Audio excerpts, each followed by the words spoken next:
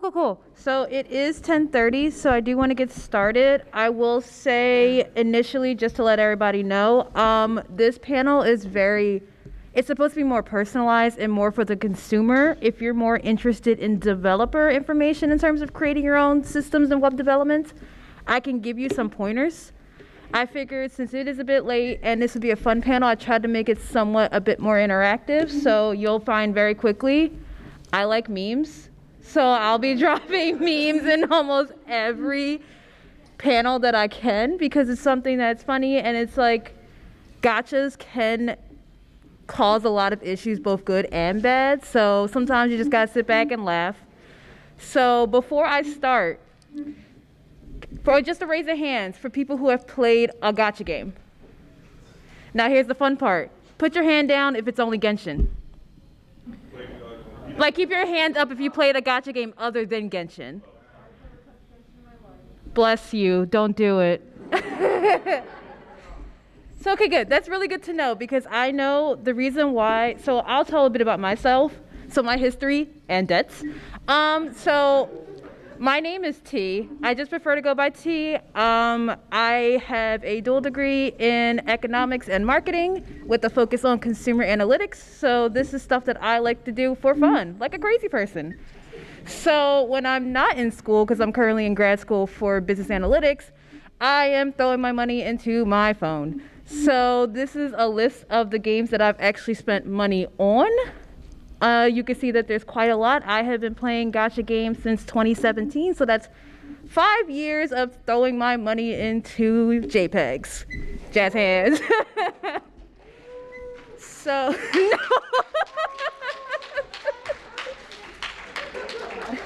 So it was a bit, I think a lot of people saw it. It was a bit bizarre, especially before the pandemic. No one knew what a gacha system was. You would just say, I'm playing a gacha, and people would be like, what's that? And then all of a sudden, with the pandemic, with a lot of us stuck at home, not much to do, the mobile market just blew up. And all of a sudden, every friend I know is playing a gacha or 2 or 4 like me, almost 5 because Twisted Wonderland comes out this month. So I was like, okay, so I've been talking to people like, okay, so you play this gacha game? And they're like, yeah, it has a loot box.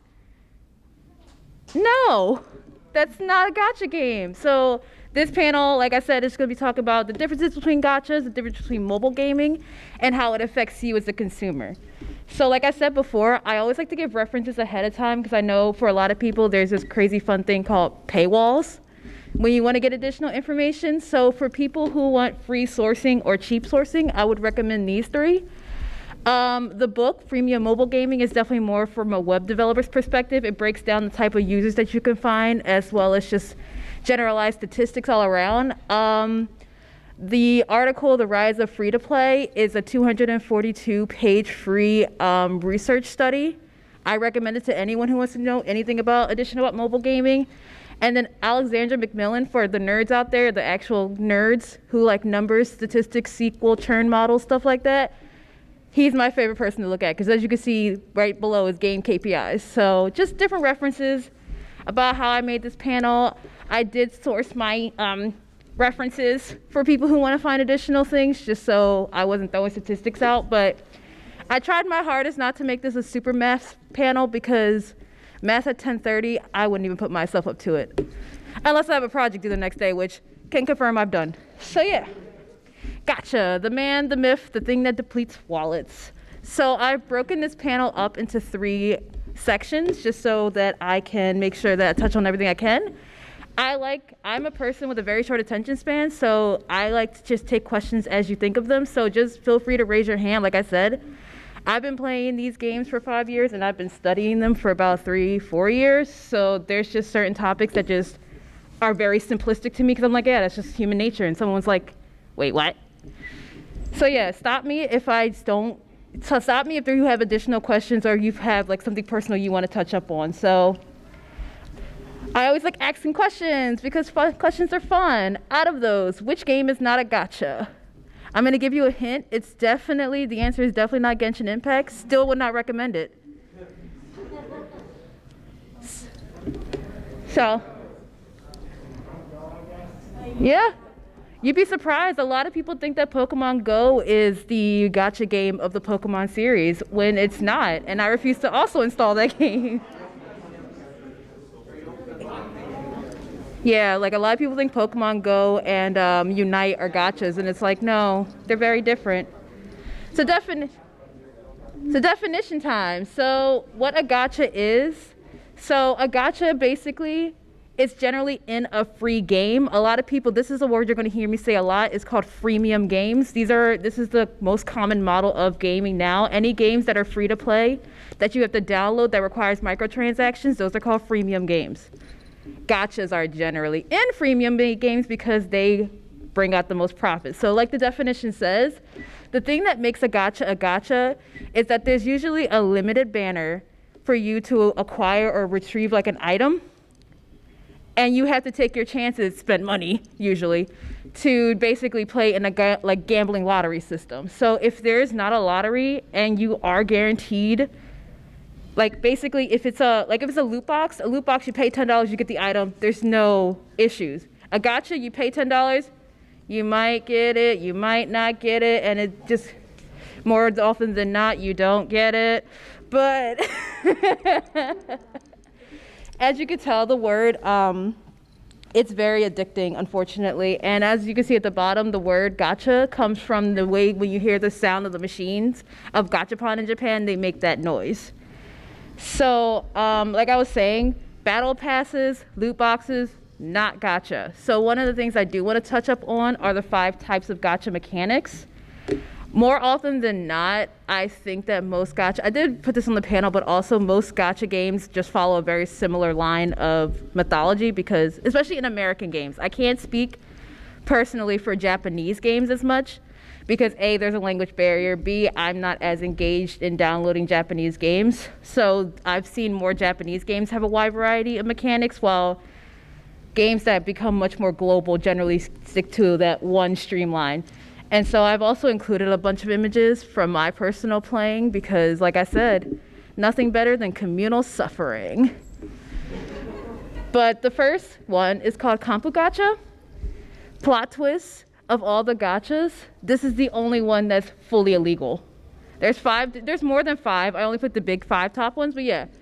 This was deemed illegal as of 2012 in Japan. So basically the idea was every time you rolled on the banner, you were just collecting pieces. So imagine instead of just spending money for one character, you're spending money for their sword, their shield, their armor just to get them. Yeah, so you can easily tell how it just keeps racking up and up and up. So that's why it became illegal, because it was just way too, what's the word I'm looking for? It was predatory. Yeah, perfect. See, look, y'all know too. Gachas are predatory. Don't do it. But here we are. And so, surprisingly, so I do have the story later on about this. It's wild just how much was racked up before they were like, guys, this might not be the thing, because gacha has been a thing since MapleStory, I believe, in Japan in 2003. So it's 2022 and we're just talking about it over here. So it's been a system that's been into play for quite a while. So the second type is a step-up gacha. So I know the first thing people are going to think is that this is similar to a box gacha, but the difference is that with a box gacha, you have to clear the box. With step up, it's just once you unlock it, you just keep moving up. So it's much more streamlined from a box, because it's instead of going into a box and picking out every single one, you just take out one, go to the next one, take out one, go to the next one. So, but it's not Kampu because you're still allowed to get each and every additional, and they can be used separately. Like the big thing with Kampu was you had to get all 5 or none of it mattered. So if at the end of the banner you only got 4 out of 5, I just want to make that big difference because I know a lot of people will think that it's similar. Like a lot of these games are similar because there's only so many different ways you can monetize siphoning money out of people's wallets, but they got to make it special somehow. And so this third one I've never personally used before. It's called a Sugaraku gacha. And so you're playing across a board and there's a prize in each square, and in general you're paying money to move among those squares. Like I said, this is definitely more of a gaming type in Japan and in East Asia. I've personally never really engaged with it. I'm kind of curious myself after doing a bit more research too. But knowing my bad habits and the fact that I already played 4 games, I was like, this is something I'll tell others about, not me. And so the fourth one is consecutive gachas. These are very cut and dry definitions, which I very much like. So I'm not going to spend as much time on these slides. So you spend more money, you have a higher chance of getting the item. And so if you buy 10 pools, you'll have a discounted rate and you'll have higher rates to get the item. It's very cut and dry. And then the fifth one, this is the one that most of us know. This is the one that most of us suffer with. This is actually one that I'm currently playing in Tears of Themis. Their drop rates are pretty horrific. I would not recommend that game. But anyways, it's called a box package gacha. And the idea is that, again, you have a box, and as you draw, the box gets emptier and emptier. And as you can tell, my luck in that box was horrific. It took until the last pull of that stupid box to move to the next level of the box. And so again, it's often seen in games to increase playtime, because more often than not, if you don't spend money, you have to put a high time commitment to these games in order to get the same rewards that cash would have, given you within 20 seconds. And so, like I said, it's the most commonly used form, because what they're trying to do is they're trying to retain you by making you put too much time into the game, or they're trying to just get you to be impatient, drop money, get mad, and leave. So it's, like I said, it's the most common form. And then the other form is just open gacha. It's pretty much how it sounds. The definition of an open gacha basically means they tell you, these are your rates, these are your drops, here's what you need to do to obtain it.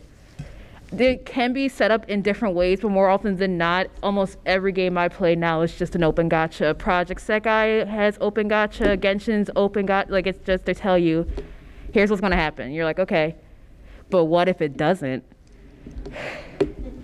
And so we move on to my next favorite part of this panel, the whale. The whale. I will tell you, oh, sorry, you have a question? I'm new to this. So sure. Do these games include paid promotions as well? Since we're giving our money to these games, are there advertisements that are being shown as well? Sometimes. So I will tell you, I've seen paid promotions more in idle games and otome games, because they basically will say, watch this ad and you'll get 5 free gems or whatnot. It's not too often across all gacha games, because again, more often than not, if you have a constant influx of money, why do you need to get paid promotions to keep people around? Because like I said, I've only really seen it in smaller games. Didn't really see it in Arknights, didn't see it in Genshin, definitely will never see it in Fate. But I saw that 19-day counter on the last screen. So I didn't know if there was some advertisements they're going to show you that time anyways to make their money back versus you paying for content. So just kind of curious. So the 19 days, so what that means is that the way that gachas entice you is everything is limited. So basically I have to clear the boxes in 19 days. So that's what makes gacha so unique, is that it pushes on the idea of perishability. It touches on the topic of again, that lottery system, because it's you don't know if you're going to get it. And then that's basically the ways that you'll know, oh, this is definitely a gacha game. And then they also have, so there was this fun story I've learned. It's no matter what games you play, the second you get into a specific gacha game, you're always going to use that terminology for everything. So I'm yeah, you are for that game. And I'm wait, they're a 5-star. No, wait, they're a 4-star. No, wait, they're a blue icon. Wait, what? Whatever is the highest tier is generally what you're trying to acquire within that amount of time. Oops. So, no problem. So the next question, this is what I love. This is what everyone tries to answer. What constitutes a whale? What makes you a whale? What makes you a minnow? What makes you a dolphin? What makes you someone who questions your spending habits? And I can tell you right now, I'm not even going to ask this one, because pretty much it's unfortunate. You would be surprised how many different sources of data that I went after to try to find at least one book that would say, what is a whale? And my favorite one is they're just like, yeah, they just spent a lot of money. And I'm like, but what does that mean? And so what I've come to figure out going across so many different games, there's just no way to fully define what breaks down a whale. I've come to realize it's very gacha specific. So for example, so this is Fates. Insane scaling. As you could tell, so I'm wearing my sucrose glasses right now, so I'm not even going to try to pretend that I can read that for you. All I can say is that if you're really that obsessed with your spending habits, maybe start investing in stocks or something. I don't know, because that's some high investment right there. But yeah, so as you could tell, Fate has a very extensive breakdown because apparently someone will spend up to over $500 per banner. Can you imagine every 2 weeks dropping $500 on some JPEGs? Couldn't be me, otherwise I wouldn't be at this table. But it's, but don't spoil the panel. Yeah, so I've come to figure out that the definition again comes down to the game, because there are other games where I've heard maybe one or two people spending up to $500 on a banner, where it's like Fate, it's just like a flex, where it's like, oh, I only spent $600. I'm like, holy? And so this is one that I'm also very well aware of. So this is the Genshin one. It's much more simplistic. One thing that I did notice as well is that before the pandemic, a lot of gacha charts were based off of how you spent in like a year or in general. Ever since the pandemic started, I've seen a lot of these graphs, like you see, are shifting to monthly, which is equally concerning considering how quickly the mobile market is growing and just how much people are spending. But again, that's more of later in the panel, but it's just something to look into, because then like this is one I got from Obey Me. Yeah, where it's like now they have Poseidon, so it's like they are at the point where someone is consistently spending $10,000 a month to make, which is like great for me, because thank you for keeping the server alive, but also, oh my. So as you can see, they're all aquatic based. It comes from the definition of whaling, obviously, but free to play, by the way. Sorry. But I've heard this conversation before where a lot of people will say, well, I was a dolphin last month, but now I'm free to play. And so that's another conversation I want to bring up, where it's this weird, for people who don't play gacha games, there's this weird discourse, Lord knows, between free to play and whales, where it's just a constant war between the two groups flexing. It's like, look how much time I spent in the game. And the other person's like, look how much money I spent in the game. It's a weird conversation that you'll see come up a lot. I personally don't care, because like I said, thank you whales, because you're the ones who keep the server running, and thank you free to play, because y'all got a lot of free to play behavior, which means that y'all are scraping the data down to the dirt, and I just get to read from y'all all the stuff I missed. So yeah, you'll see like it's like hashtag free to play behavior, or like resinless duty, resinless jobs.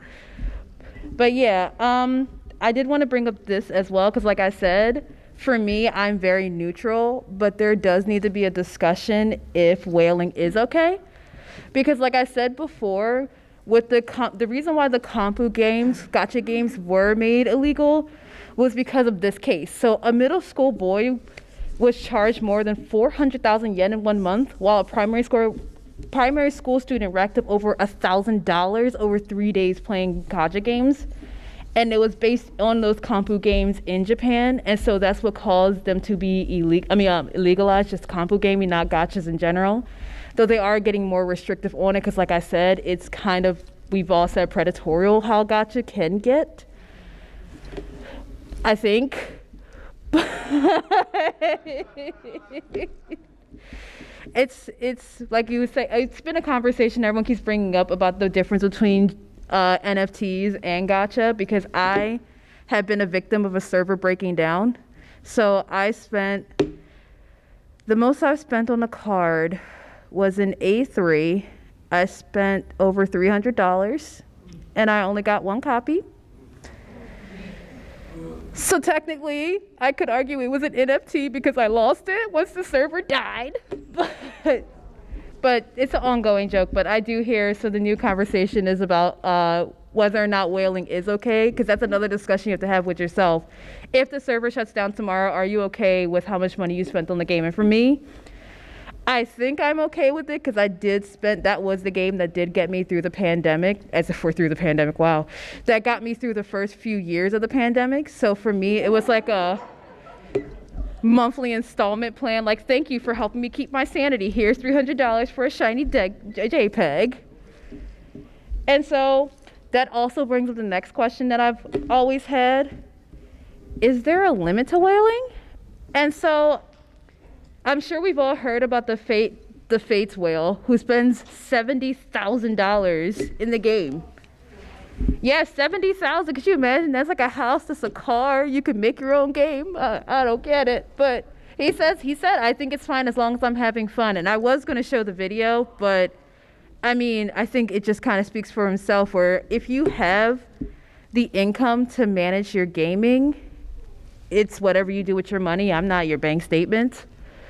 Especially because, like I said before, I was fiscally able to spend that money, so that's why I did it. But I do know I do have spoken with people before who are like, yeah, I'm only eating ramen for the rest of the week because I pulled for Eula. And I'm like, them thighs ain't worth it. Them thighs ain't worth it. But they did it. And so, but I do, like I said, I always respect the whales because only like 2 to 5% are generally paying for the game. Because, like I said, it's more often than not, a lot of gacha games are global, so they'll have multiple servers. And so, in general, that money's just not paying for one server, it's going to the whole game. And out of those, the top 10% of those people are accounting for over 50% of the revenue, which makes sense, because again, I'm dropping like maybe $20 for an Ito constellation where someone's like, oh, I'm going to C6 them for $2,000. So it's like, they're definitely the ones keeping the server going so I can keep playing with Ito. Thank you. But don't play Genshin, y'all. It's a trap. Don't do it. Truthfully, please. I tell everybody all the time, they're like, but you always look so happy. And I'm like, it's called copium. But again, less about me and more, oh yeah, that makes me laugh. So I think it's good. Genshin as a whole, it's just a wide, weird phenomenon for me because I've never seen someone tier list streamers based on how much they whale.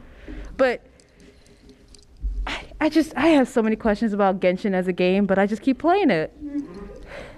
So then again, so this brings me back to y'all. Less about me, more about y'all. So what about you? Why do we do this to ourselves? And so I think about 90% of the time I'm in pain, and then the other 10% is just farming. We'd like to deny all scrimping on this stage. We're become better people. But this is where I get to the mathy part of things. So again, if math is not your thing, feel free to just completely blue screen. I don't blame you. The big thing that I'm sure we all know that we just try to deny because copium is the sunk cost fallacy. And so for anyone who's not aware, a sunk cost fallacy is that once you pay for something, it's gone. It can't be recovered. But for a lot of people, it doesn't exist because it's like, oh no, I spent that $30 on that character. I'm only $20 away. And it's like, no, you spent $30. You didn't get them.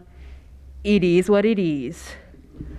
But again, for a lot of people, that sunk cost fallacy kicks in and they're like, but I just lost $30. I have to pay the extra $20 to guarantee the character. I've done that before too. I can't even deny it. And so the reason why they do that is because a game can help change or enforce a behavior. So what that side chart is basically showing you, TLDR, they try to get you to spend money within your first 7 days of installation because they're going to retain you much longer than someone who just downloads it, takes their time, decides this isn't for them. Because like I said, at the beginning of the slides, I said that I had 10 games that I actually put money into. I can list off the many games that I downloaded and quickly uninstalled and was like, this is not for me because they didn't grab me.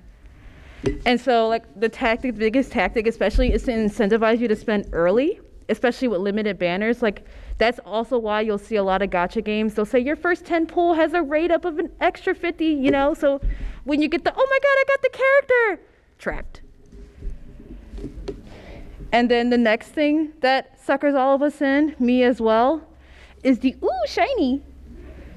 So I reference Genshin a lot because that is my new sunk cost that I just can't give up. But it's borrowed from pachinko. Our brains like shiny. Our brains like it when things light up. Our brains like it when things are unique. So that's why more often than not, when you get the rarest card, you'll see a bright animation, you'll see the card come up and you'll hear the character's voice to drag you in.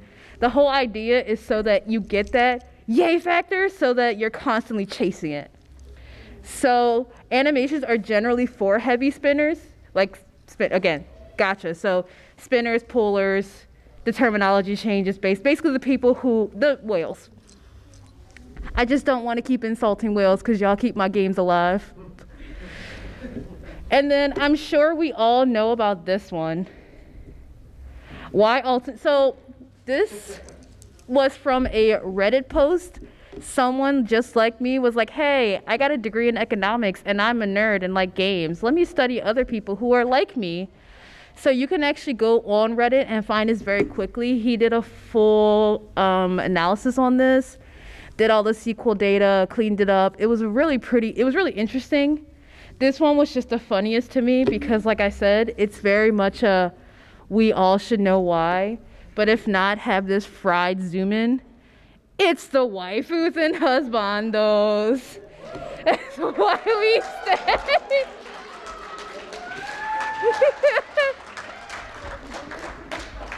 We laugh, we clap, but we all know there's someone we're still waiting to pull. But not do leak. Okay, so personal vendetta, Genshin story. So, fun story. I didn't spend a lot when I first started Genshin. The very first banner that I actually put money onto was Zhongli's first banner, in which I did the max top up because I have bad decisions. And guess who I get to pull? Huh?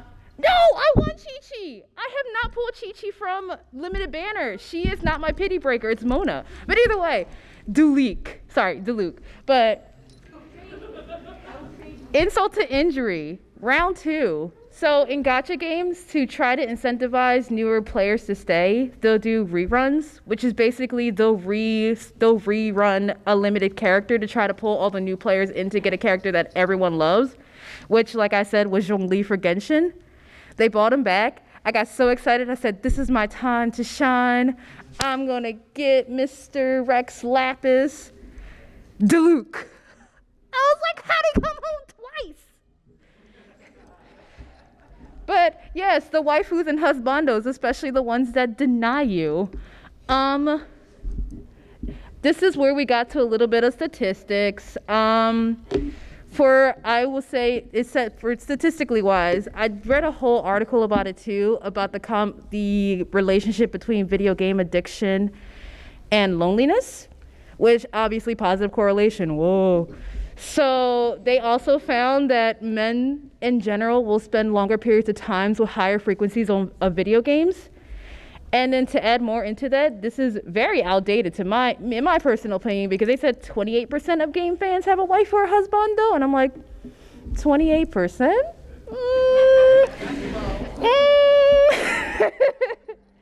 Especially because I've heard a lot of people, especially over the pandemic, who picked up gacha games, literally say, I never understood those anime nerds who had waifus and husbandos, but now I'm starting to get it, as they empty their wallets for Saber. I'm like, welcome to the club.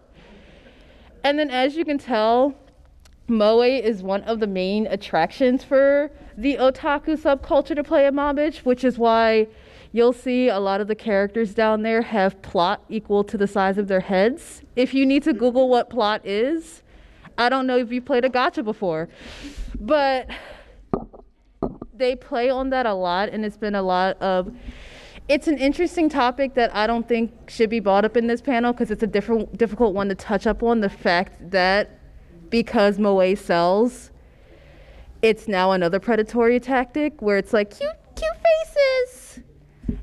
But I personally don't fall for the Moe because obviously I'm still suffering over here trying to get one single Zhongli.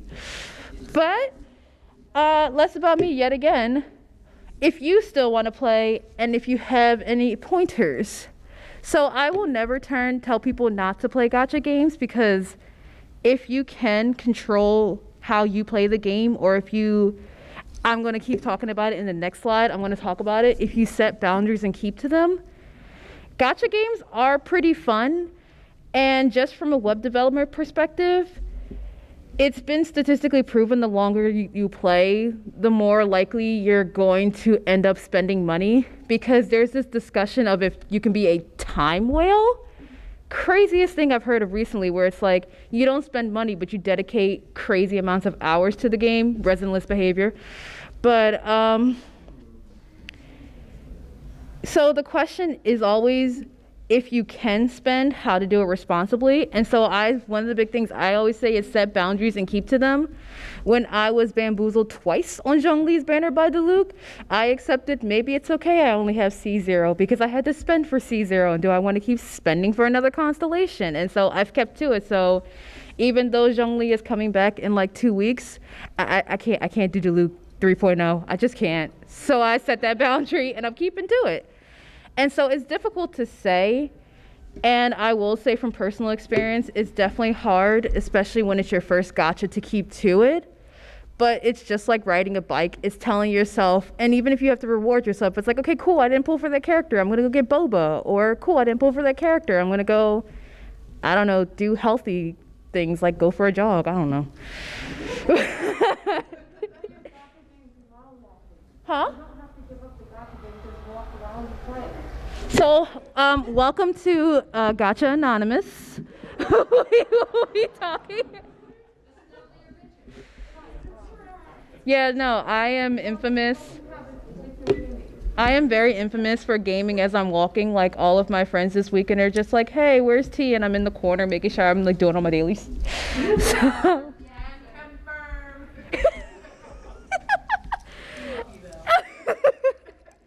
Hi guys, I have IRL friends somehow. It's crazy. But whoa. I'm telling you right now, the pity's pretty rough. It's not worth it. And so the second thing, I will always tell people, research. Obviously, I like research, so I'm more inclined to do research myself. But the two biggest things to look for when you're doing any type of downloads, to Google the game's pity and Google the items accrual. Because this, yet again, Genshin is very nice. They have these cool charts that'll tell you exactly how the pity works. So what pity is, for people who don't know, when you are in a limited banner, you either have a 50-50, which means that you have a chance of getting that limited character, or the other 50% chance is that you'll get another off-banner character. And so if you get an off-banner character, you're built pity. And so basically once you pull an off-banner character, your next one will be guaranteed. There are games without pity systems, like the game I spent over $300 for had no pity system. But one thing that is very good, because like we talked about, because gachas are predatory, with a lot of gacha games being open, they almost will always have a guaranteed pity within 10 pulls, within 100 pulls, within 200 pulls. I think Epic Senbizon's like 200 pulls, right? 120, okay. Yeah, it's like they have 120. For a lot of Genshin games, it's 100 pity. For Fire Emblem, it depends on the banner. Some are like 70, others are just good luck. Always Google a pity system. It's sure. FGO just put in their 330 pity. 330. Fake. If you ever want a burning trash can, play Fates. I have not been pulled into that game just because I know how like horrific the rates are. I'm like, I need to be better to myself. But yeah, if a game does not have a pity system and you're fairly new to gacha, just don't install it. You're literally just going to be yeeting money at that point if you do fall victim to gacha, because unfortunately it can become an addiction because gambling. And so it's with gambling in real life, you can see it, or you could buy Pokemon cards and live on copium, or you go to a lottery machine. So it's very tangible. It's not as easy to grasp when it's on a mobile game because, again, it's just money going out and you're not interacting with it. And so the second thing I said was item accrual, because I've seen games where their pity is just phenomenal. They'll say within 60 pulls, you're guaranteed the character. But it takes you like 3 months to get 60 pulls. And then it's like more often than not, there's always going to be resinless behavior where someone will give a full breakdown of how the game plays and item accrual rates. And then you can work that with yourself to say, okay, if it takes me 3 weeks to get a 10 pull, is this game really worth it? The question is no, but I still have the game downloaded because we all have bad decisions. So, unfortunately, the third thing is just whale, which I would not recommend. This is the last resort. Please don't whale. Or except you can't catch them all. A lot of people have completionist issues where they're like, I need to have every single character, every single this.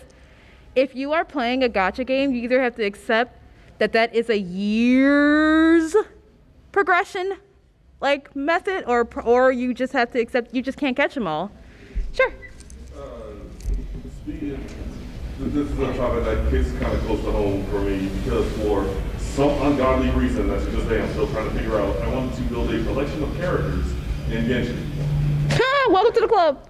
Up until Takumi, I think, is when I finally stopped. And these days, when I look at my character roster, I'm like, I have 40-something characters, and I only use like maybe a third of these guys. Why did I do this to myself? Yeah, that's a big thing because I've done it too, where I've pulled for a character, fell in love with them, and realized that they just weren't conducive to my teams, because unless there's PvP, which is a monster that I do not really enjoy, you're more often than not going to keep to a rotation of maybe 7 to 8 characters just to do your daily grind and resin farm or gem drops, whatever terminology you use. And so that's also another good point that I didn't bring up.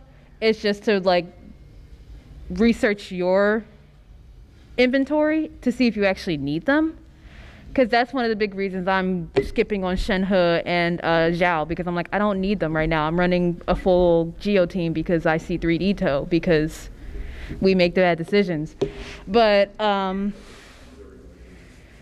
yeah, it's a lot of times gacha, like there's another article I read where does the line end for corporate responsibility and where does the line begin for personal responsibility? And so coming to realize where your responsibility is to yourself, to realize your bad habits and your traits and where corporations can feed on it, that'll make gacha games much more enjoyable, because that's one of the reasons I decided to start playing multiple gacha. It's easier for me to not spend money if I have multiple investments. So statistically, most people only play up to, on average, 2 to 3 gachas before there's severe burnout, which is another topic I didn't bring up. But for me, I just play 4 because I have a lot of free time. But the next thing that I would use, this might be difficult for people, I know, because I just started to build this, use the power of friendship. So friends can be both good and bad.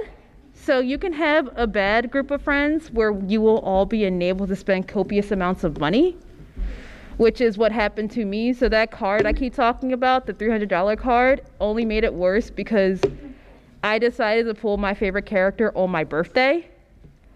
Yeah, and I didn't get him. So with the power of friendship, my friend actually sent me more money to get him. I got him though, but it's like, it's at the expense of realizing that your friend low-key just enabled gambling. So I would always say use the power of friendship reasonably. So I am the more realistic friend. Whenever someone talks to me about gacha, they're like, should I drop another third? No. And then I just throw statistics at them to make them not want to ever touch a game again. So use the power of friendship wisely. And so I just give you some examples. So this is just all from the past week of just me talking to different people. I'm using Genshin again because, like I said, my strongest, obviously the game I play the most, if you haven't realized I'm cosplaying as Sucrose, is Genshin. Somehow all of my friends have been getting, so the pictures on the left are all the stuff that my friends are doing. The pictures on the right is all my bad luck. So you kind of have to like enjoy the good and the bad, where it's like, it don't make it just the thing where you only talk to your friends to flex. Show your bad things too, so that it's like, it's a more well-rounded adventure. You all have fun. It's like therapy, but for gacha. But I would always say joining groups, joining communities that are healthy and that just not flex is a way to keep in a game and also not spend as much. Because once you start to realize just how much people spend to flex, you just kind of like, I don't need it. Because the reason why I always say bring in all the good and the bad is because when in doubt, I'm pretty sure we can all relate to almost all of these. Fallen Chi-Chi is my favorite. So this is all from many different games that I have played, and it's really hard to see, but it's like at the bottom, that's me. Me after wasting money on a gacha game and not getting the card I want. And so I did try to leave at least 15 minutes space so that we could have questions. This is the end of the presentation, so it is a Saturday night if you want to go off and continue enjoying your night. But if anyone has any questions, please feel free. Otherwise, if you just want to talk to me or talk to us about your bad habits or advice, I'm also down for that. Because like I said, if people are more statistically inclined, I wouldn't also mind talking about churn models and things like that. Sure. I remember you mentioning about like the banners and like, oh, when will I whale and all of that. And one thing that always stuck to me whenever there'd be a limited banner or something, you would be like, oh, I'm free to play, but I'm gonna whale for this banner. Or I'm free to play. Ugh.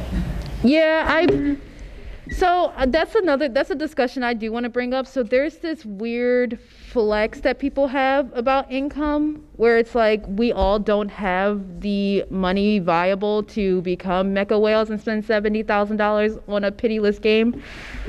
And so when in doubt with those type of conversations, I generally will just say once you spend money, you're a spender. Just say you're a low spender. So that's a new term that started to come about because people were like, I'm free to play, but I buy Welkins. You're a low spender.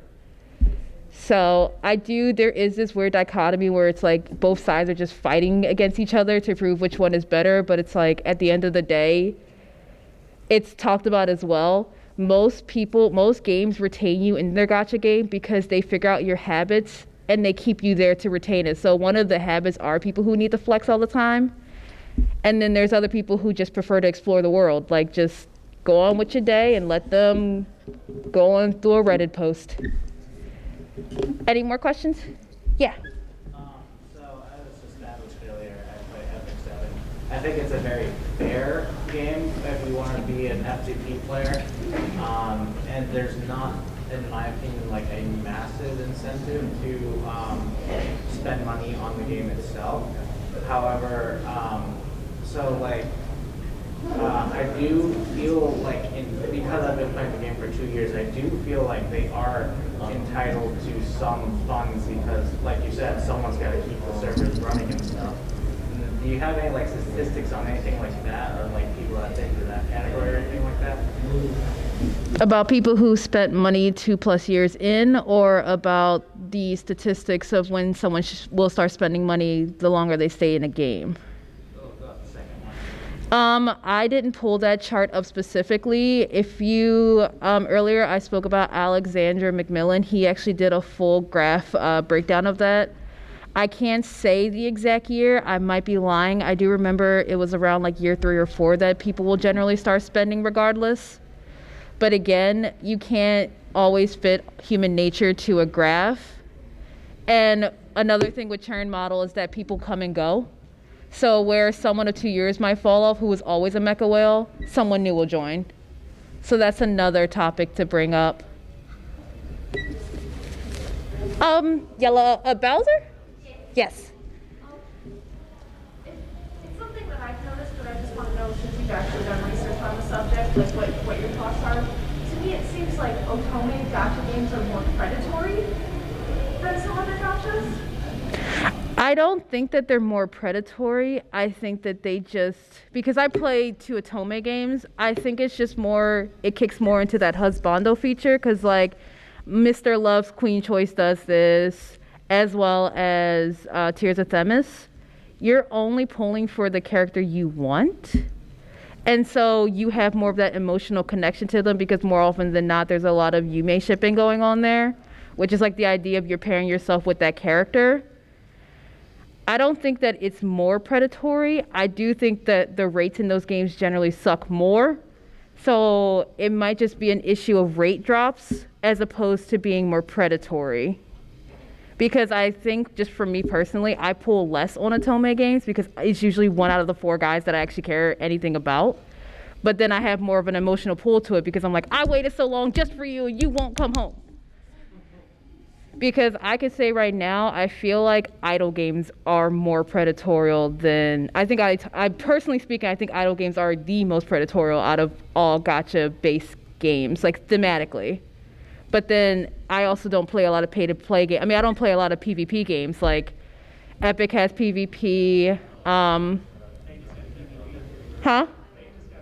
Fate just got PvP. Okay, Fate got PvP. So I feel like idols and PvP games are the more predatorial, just because with PvP, it's insane how much people will pay in order to beat their friends in a game.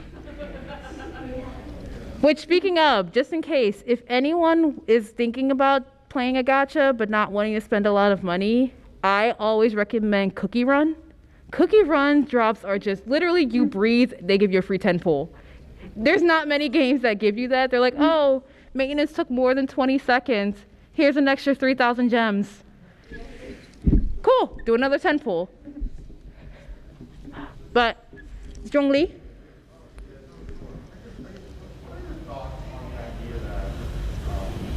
Spenders and the whales make it, they essentially make the game financially viable for the company to support and essentially give, I honestly think it is like me spending money enables like a broke college student or like a broke teenager to have a free game to play. Yeah, that's... I guess, what do you think on that? What do you think as a justified spending? Well, I've already said a few times, thank your whales. Like, they're the reason why the game is able to expand and extend. Like, I think the issue becomes when you have those whales that need to just flex because they have to justify their spending. Those are the whales we don't like to talk to. But like, I have a friend who's C6'd 3 characters in Genshin, and I'm like, thank you, because I just got sucrose for free, and that's wacky. But yeah, I think it comes down to how the interaction goes, because there's been whales that I've met who are like, do you want me to carry you? And I'm like, no. And then there's other whales I've met who are like, it took me so much money, but I love this character. And I'm like, I love that for you. Go ahead with yourself, as long as they have the ends to meet. Because like I said, there was the issue with the Kompu gaming where it was a child stealing a credit card. That's the kind of whaling that's also not okay. So I don't want to use it's very nuanced, because that's very boring and very vague. But I do think that, again, is like, for me, I'm like, that's cool. If you got the finances to do so, your rent's paid, your bills are paid, you could still cosplay, and you still got money to get C6 Hu Tao, I'm about this. Yes?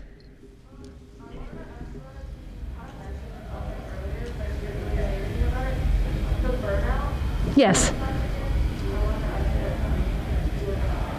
I can't hear the ending about burnout.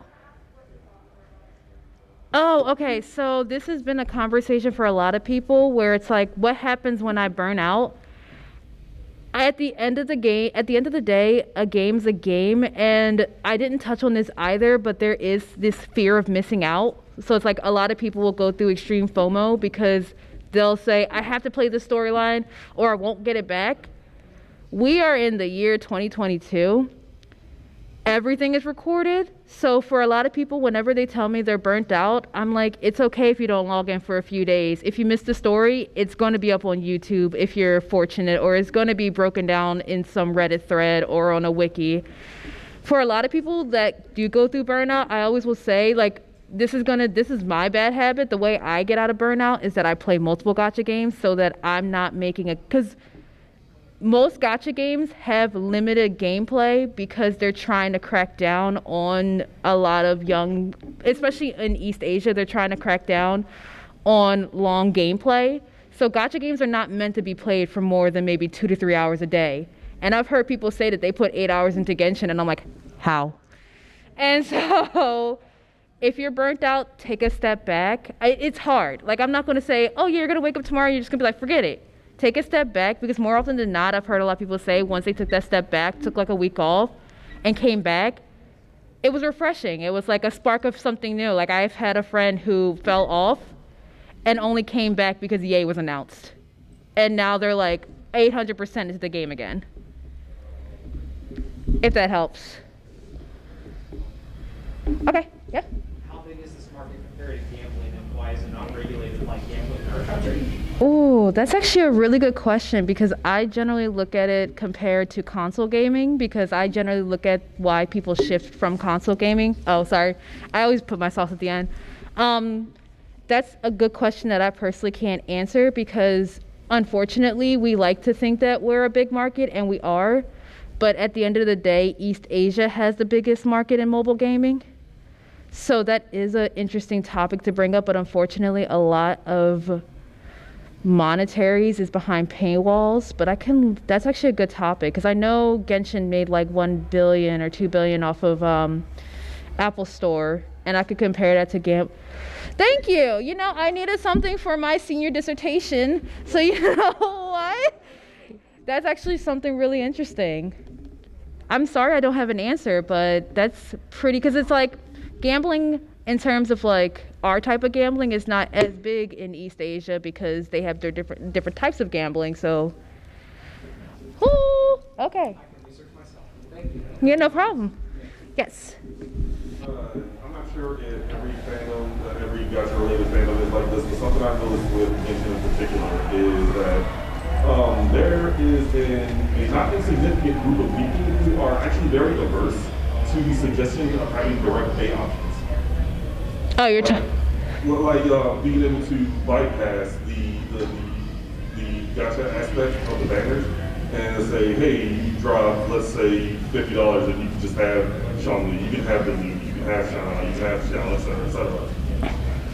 And for whatever reason, when that, not replacing the gacha, just putting it alongside it, whenever that's even brought up, some people just start, metaphorically, of course, foaming at the mouth.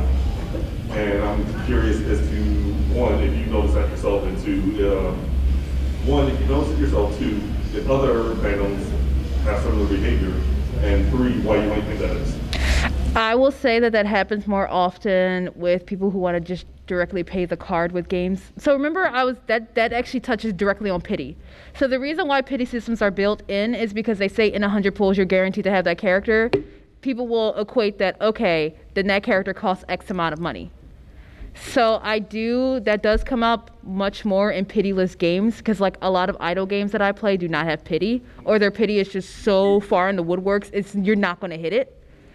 I would be for a guaranteed if you spend a month, but you would have to explain to game developers, why you would undercut their infinite monetary growth. You would basically have to show them that their retention, if we did this, we would retain additional people, which would pay this much more if we gave that guarantee, as opposed to just that constant upgrowth of mobile. You get what I mean? Because it's like, if you promise someone that they only have to spend $50, you're no longer going to have those people spending $400 or $500 to get a character, because they're just going to keep going to that $50 mark, which is, again, verbatim pity. But because pity is not something a lot of gamers, or is not explained well, a lot of people don't understand that that's exactly what it is. I get what you're saying, and I can understand that from the developer aspect. It's like, yeah, if I can help, yeah, of course I stick with loot boxes and gotcha. That's just hemorrhaging money out of pockets into ours. But I've seen, actual like fellow players, say, oh, this is a stupid idea, and which I don't think it's a stupid idea. I would agree that the developer probably will never do it, but it'd be a bad idea that I greatly disagree with. And I always find it strange how fellow players will argue on behalf of the company. That's why. I'm losing my words. So. No, you're fine. That's why I'm just confused, because they're complaining, but that's verbatim pity. Like, if you're lucky, you will not have to spend $200 for the character. If you're lucky. If not, the character costs $200 because it's guaranteed in like 20 tentpoles. Yeah, I don't have anything else. Oh, no, you're fine. I saw someone else's hand. Fate has a thing called GSSR, which is you spend $50 and you're guaranteed a 5-star, but it's in like its own gacha thing. You're just guaranteed a 5-star out of all of them. Yeah. Which might be a way to make those players happy if they want to spend money on characters and developers, because it's a yearly thing. Like you have practically everyone paying like $50 or like $20 every time that comes out. I personally, because I'm trying to think, like, it's basically just set pity, where it's like, instead of having to go 90-90 or, I'm sorry, I always say 90-90 because a lot of games I play right now do 90-90s, but it's like going, okay, you have to go 90 and then 50. It's kind of like a discounted pity. It's an interesting topic. Again, I don't see a lot of games doing that until the regulations kick in, but unfortunately, like, the mobile gaming just really blew up with the pandemic, so once things blow up, it always takes a good like 5 to 7 years for something to actually happen. So, unfortunately, we do only have 3 minutes left. I'm going to scooch, so whoever needs to set up next can set up. Thank you guys for staying so much. I hope it made a lot of sense. Thank you.